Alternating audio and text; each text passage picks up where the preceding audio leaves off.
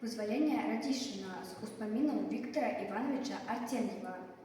Вызвалення ад нямецка-фашысцкіх захопнікаў усе вяскоўцы чакалі яшчэ восенню 1943 года, але тады фронт затрымаўся на фроне. Вельмі ўжо чакалі вызвалення вясной 1944 года і дачакаліся ў канцы чэрвеня. Пра вызваленне вёскі расказваюць так. Фронт праз нашу вёску, як і на пачатку вайны, не ішоў. Не было вялікай колькасці салдат, тэхнікі, баёў. Пра вызваленне даведаліся нечакана. Удзень, яшчэ да абеду, па ардацкай дарозе ў вёску ўвайшоў невялікі атрад чырвонаармейцаў, некалькі дзесяткаў чалавек. Ішлі яны пешшу, мабыць, разведгрупа. Салдаты ў запыленым адзенні, стомленыя, але бадзёрыя. Яны гоняць акупантаў з роднай зямлі. Салдаты спыніліся ў вёсцы на прывал, на лічаныя хвіліны. Вяскоўцы адразу ж выйшлі на вуліцу сустракаць сваіх вызваліцеляў. Радасць лілася цераз край.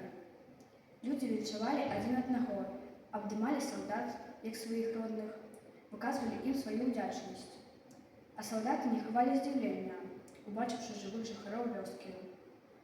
«Гэта першая вёска на нашым шляху, у якой ёсць людзі», – сказалі яны. Салдаты доўга не бавіліся і пайшлі шляхам на Дзівова. Праз нейкі час мы пачулі, што за дзіўнаўскім лесам перад Саскаўкай ідзе бой. Вызваленне вёскі Радзішчына адбылося 26 чэрвеня 1944 года.